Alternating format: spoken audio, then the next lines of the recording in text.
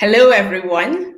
As always, welcome to Cacao Cup of Marketing, where we bring to you marketers and sales professionals from a range of companies to share with us some of the strategies and tactics they have found to be most effective in reaching their business goals.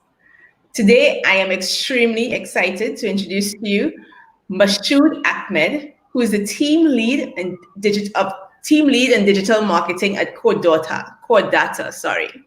It's a New Jersey-based technology company specializing in BI and data sciences and has expertise across several data management tools. Their goal is to help businesses make quicker, better decisions informed by data.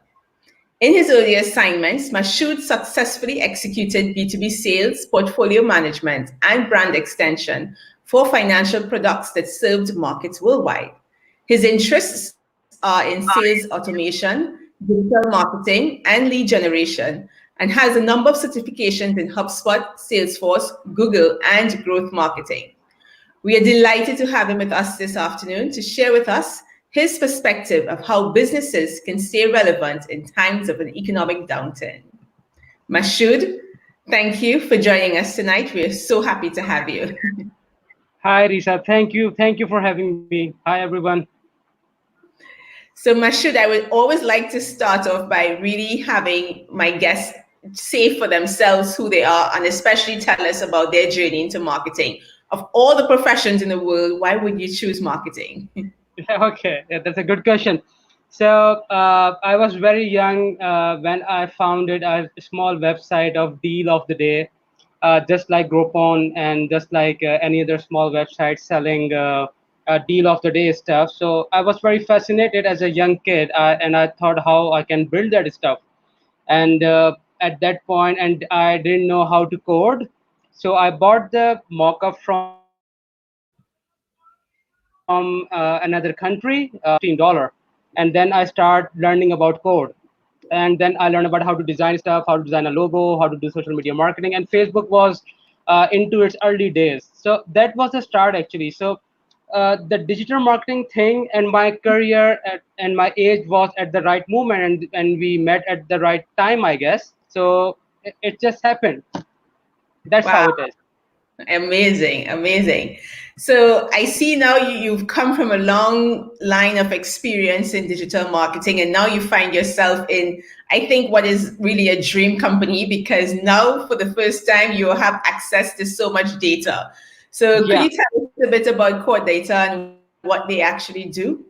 So Qordata is based in New Jersey, and they are actually a data company. They build compliance solution for U.S. pharmaceutical companies, for European pharmaceutical companies, and we provide help to compliance departments in U.S. and Europe to help identify their data, to build data on their compliance information, and to tell them the risk and all the compliance issue they will come across later in the line. So our data, our platform helps them, just see what's happening and stay on top of it. And on the other hand, Core Data is into technology consulting.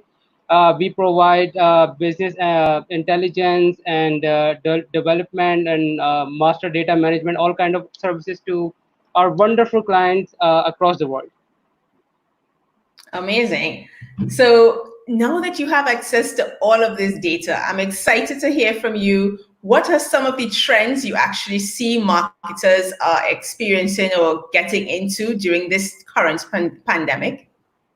So as we learn from our practice as well, and we learn from other courses and from the generic market study, what I have found out that in this time of corona pandemic, people are more online, and that's pretty obvious because they cannot leave home, and they only have two things actually. One is TV and another is a laptop or a cell phone. So they are more online, they are visiting more websites, so the digital traffic is way more than it used to be before this pandemic. In some report from HubSpot, I noticed that they have stated 56% spike in digital traffic. But what the sad part of it that people are not buying at this point, and which is very sensible because this is a very uncertain time, and people want to make very wise economic decisions. So they are interested in brands. They are coming online. They are looking at your product, but they are not buying as of yet. But I think it's a great opportunity for companies, for salespeople, and for marketeers to be there to provide value. Amazing. And you've touched on a very good point because, as you said, people aren't buying right now, but we as marketers have to continue being present and being, giving value. This has been the trend of the talk lately about us providing more value. So, Right. what do you think about that? Should we actually be at this stage providing value or actively selling or trying to close deals at this point? uh, Actually, we should be providing value, and not only be providing the value but being more empathetic about other situation. Like, it's more human connection now, as we all are into the same crisis. Like, every country, mostly countries are in the same pandemic. We are on the same page now. I think after a very, very long time, the entire world is on the same page, and we can feel for each other. And this is the greatest opportunity for marketing people. And of course, the responsibility that they should be more human. They should understand what people need, what people want, and how to provide value to them. So selling is a good part. Selling is not bad. But if you are selling while telling them how your product or service will provide value to them, that's a pretty good stuff to do at this point. But and I understand what you're saying, but I want to play a bit of a devil's advocate here because at the end of the day, as you see how many people are being sent home, businesses are not generating revenue. So it's quite understandable that, management teams and leaders are forcing people to close deals at this point, right? So Right. how can you actually balance that? Because a business needs revenue in order to continue operating. And if we as marketers simply focus on just providing value and not trying to bring in opportunities for our sales teams and our sales teams and closing deals, how can that business go on? So how do you think we can help this situation still? Sure. So generally, there are two types of business which are running out of business essentially in this pandemic. One, business which are not online, right? Like any sort of small business which is not operating on online platforms. They are not on Facebook, on Instagram. They don't have e-commerce store or some kind of a platform where they can interact with their customer outside their shop or office. So now this is a time pretty challenging for them. So they are going out of business. And the other type of business is which they do have online presence, but they were so I would say humanless in selling their services. They were so selfish while selling their services that they couldn't provide the visibility how they are adding value to their customers. So now customers are more aware. Customers do have more time because they are working from home. Like, they do have time to research, and so obviously it's a crisis mode. Companies who are providing right platform and right value will win the game, and it will continue post pandemic as well, because now consumer know what companies are offering, what their true color is. We should put it like this way.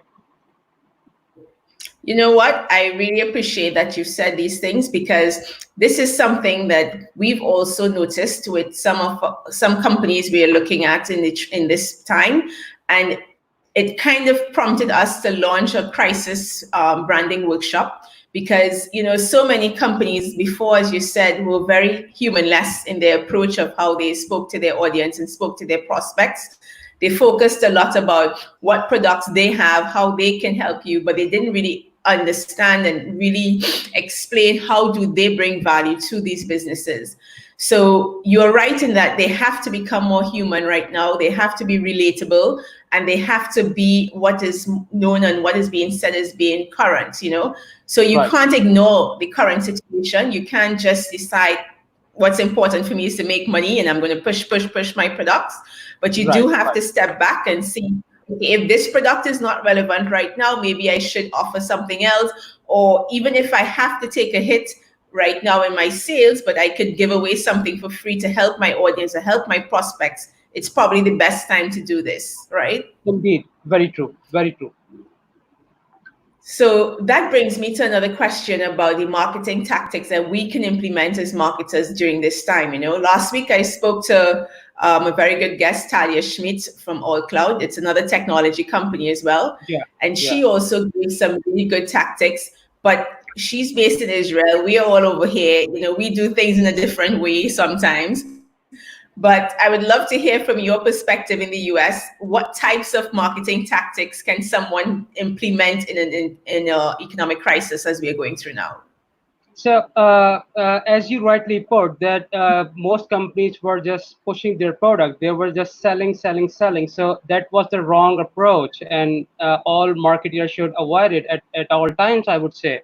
So, marketers who are sending out emails, and they should be really very mindful of their open rates and click rates.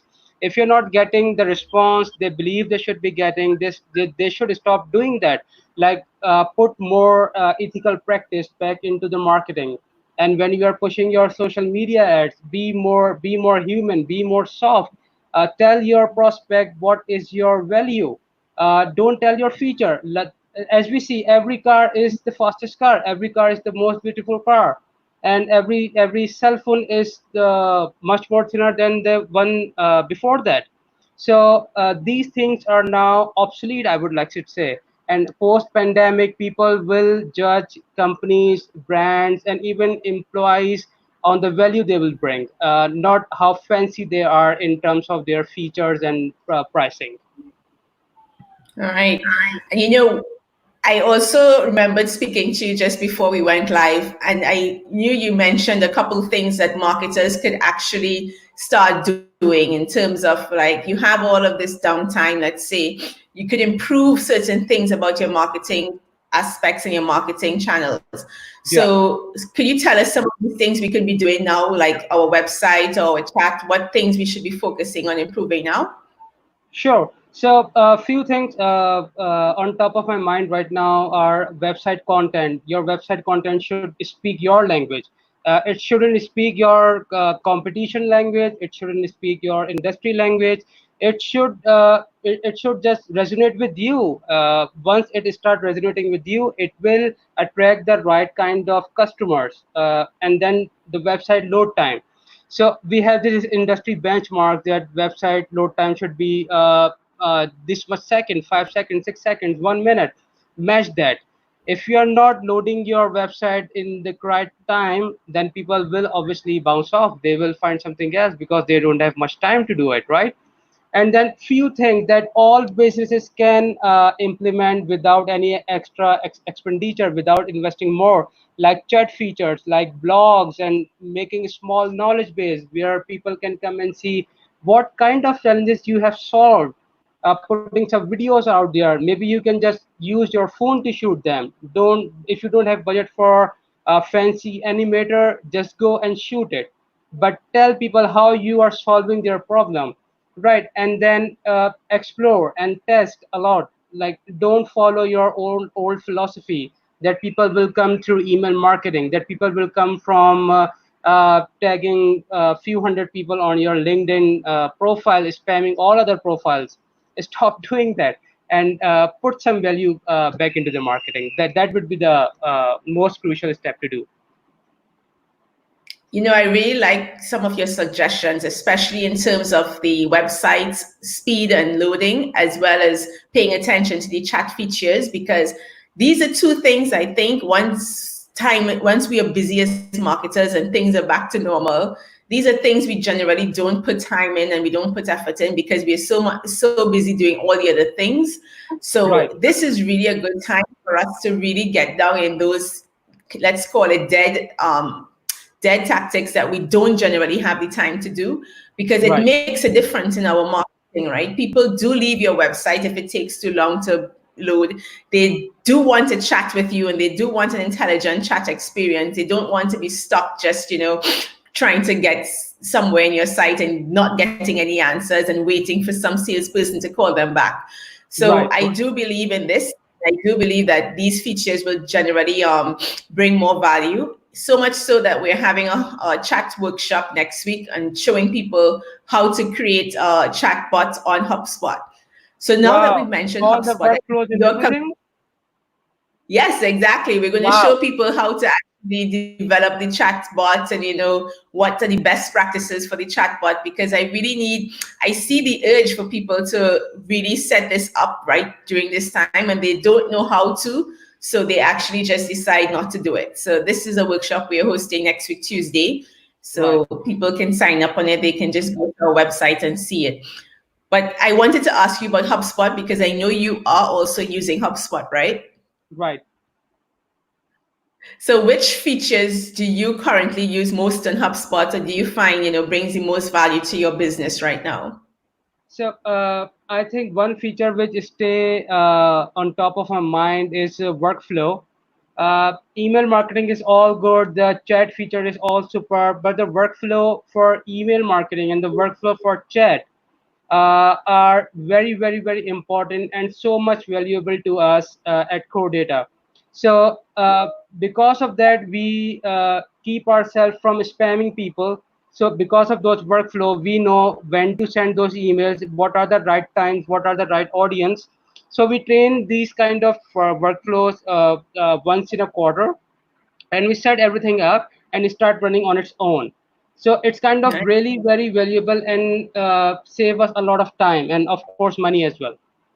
Wow, amazing. And I must say, workflows are always the trickiest feature in Yeah, HubSpot. So it's amazing that you thought of that to be your best feature, because oftentimes I go to my clients and I see the mess they created because they use the wrong workflow, because it does right, take a lot of logic, right? So people exactly. who don't generally think logically, workflows can be a nightmare for them. Exactly.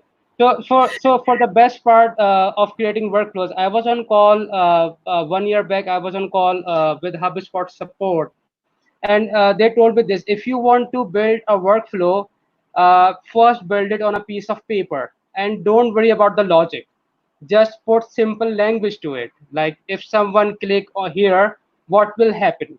If someone go over there, what will happen? So put everything in a normal language and then convert it into a workflow. That would be the most easiest way for a person who is starting out with workflows. But very, very Exactly. impressive, And very, I very, yeah, it's a very useful tool actually. yeah, yes, you're right. You're right. And if you understand, this is always a rule of thumb whenever I'm, advising companies and clients as well, because they do often try to start things in the system, and they have to realize that the best friend to them right now is pen and paper.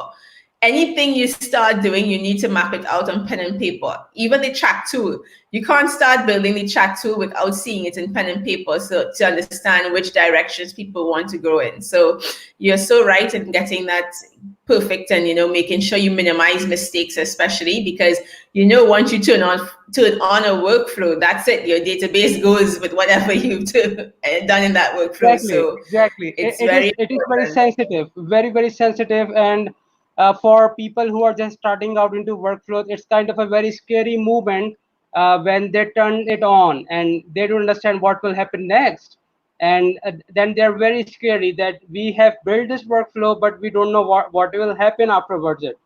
So for me, it was like I was very young when I first do it. So yeah, that was pretty cool for me. So I really liked it.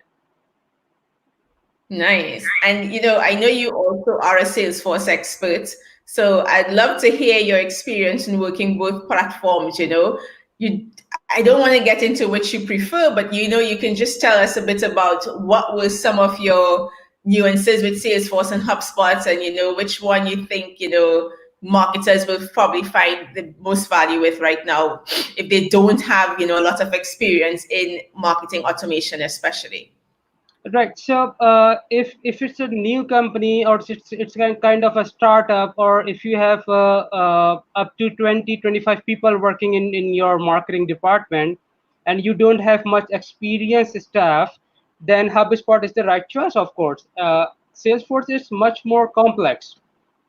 It's like driving through the JFK airport, I would say. It's like that.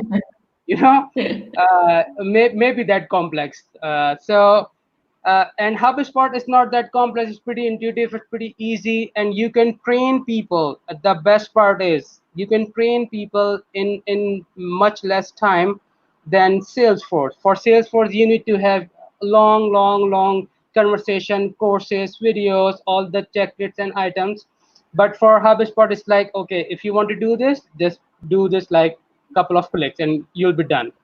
So that's the best part. So for small company and for marketing people who are just starting out, and they have a limit on their budget and they have a limit on their resources, and they don't need very fancy functionalities, just the basic features plus some add-ons, they can always go for HubSpot. HubSpot is in the right spot, I guess.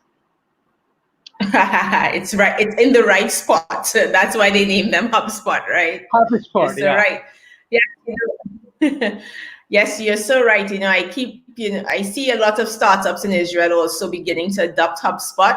Do you see that trend in America as well? Are more companies adopting HubSpot over Salesforce in America as well? Yes, actually, in CRM industry in the US, HubSpot is, I guess, it's in top 5 now. So Salesforce is obviously growing at a higher pace because it's very old and they have these all giant customers. But where we Mm-hmm. see HubSpot is with more small companies.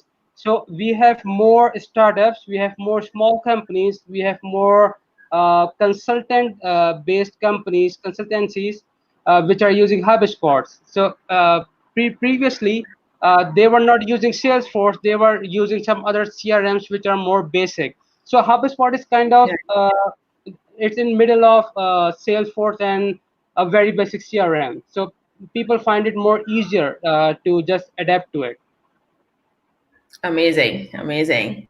So, just as one of my last few questions to you, we are all really concerned now about our current crisis, and we're all like thinking, what can we do now? What can we do now to keep our businesses running? But this crisis will come to an end one day. And I was wondering, what do you think marketers should be doing post crisis? Should they change their habits? Should they implement different types of tactics? Or do you think they should go back to where they were before the crisis started and start running those types of campaigns? Right. So I would say it's a great learning opportunity for marketing people and for sales people and for every role in the company which interacts with people outside the company, which interacts with customers, which interact with prospects. This crisis and this pandemic will change the dynamics of our industry and how we used to do our things. Now we'll be more Right. mindful, more human, more emotional. It won't be the it won't be the same old fastest car, fanciest car, thinnest phone. It won't be like that. It'll be more like what's valuable for our customers. So I think my Right. suggestion would be, and I will practice it myself, that start telling what value you bring, how are you standing out from your competition, not only from pricing, not only from the feature set, what extra mile you are going, so that extra mile will be the real game changer for industries across the world.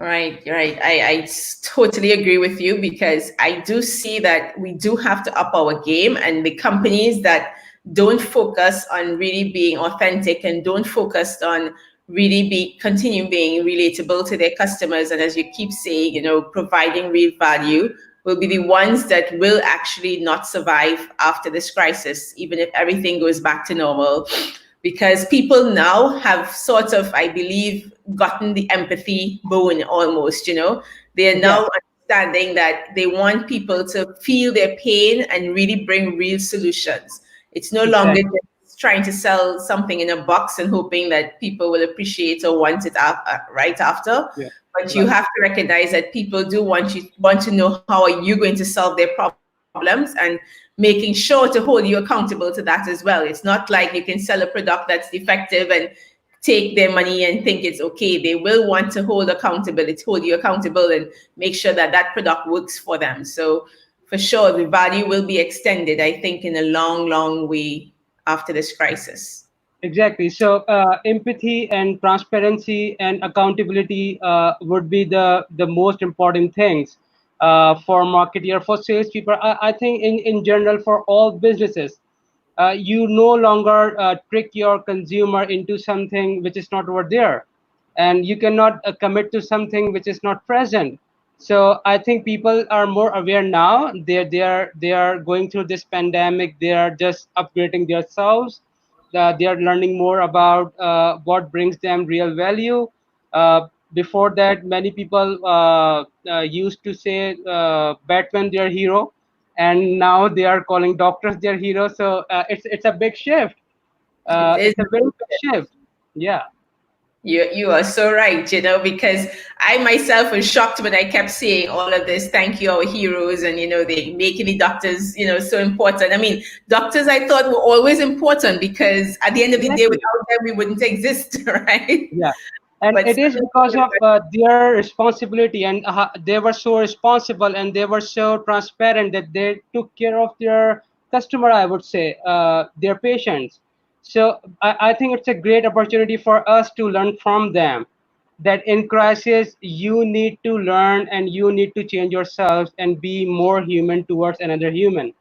yes, yes. And even sometimes it's at your risk, or even sometimes it's not at your best interest. The fact Yeah, is, you took that oath, and this is what you promised, so you must deliver on that promise. So, on that exactly. note, that is the best advice I think you're leaving us with. Deliver on our promises. Yeah, exactly. That is very important. So, Mashhood, I really appreciate the time that you spent with us this afternoon. I would love to, I know there will be people who would have lots of questions after they watch this video later on and as time goes by. So, please let us know how they can connect with you and talk with you should they need. Right. So, of course, I'm on LinkedIn. You can search through my name, Mashhood Ahmed, or on Twitter, maybe Mash Tweets. It's a fancy name. I was very young when I put that. So, it is what it is. But yeah, you can find me over there, and I'm sure they can reach out to you, and we can perhaps help everyone we could. For sure, for sure. So, guys, really, as you heard it from Mashhood, first things first, remember it's empathy, authenticity, and over deliver on your promises. This is what you, as marketers, can bring to the table during this crisis, after this crisis, and hopefully you were doing it before this crisis.